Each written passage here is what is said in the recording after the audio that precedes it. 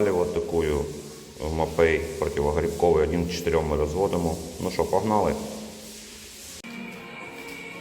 Ось така тема противогрибкова, бачите, вона як шампунь. 4 літри води на 1 к 4 розводиться. Ну і ось так. Цвет у нее, бачите, який, як вода. Я навіть не знаю, просто як вода. Цвет повністю безцветний. Ну і ось вона, бачите, як шампунь стоїть.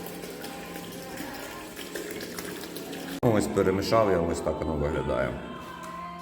Як шампунька якась. Тобто вона без цвета зовсім, без кольору зовсім.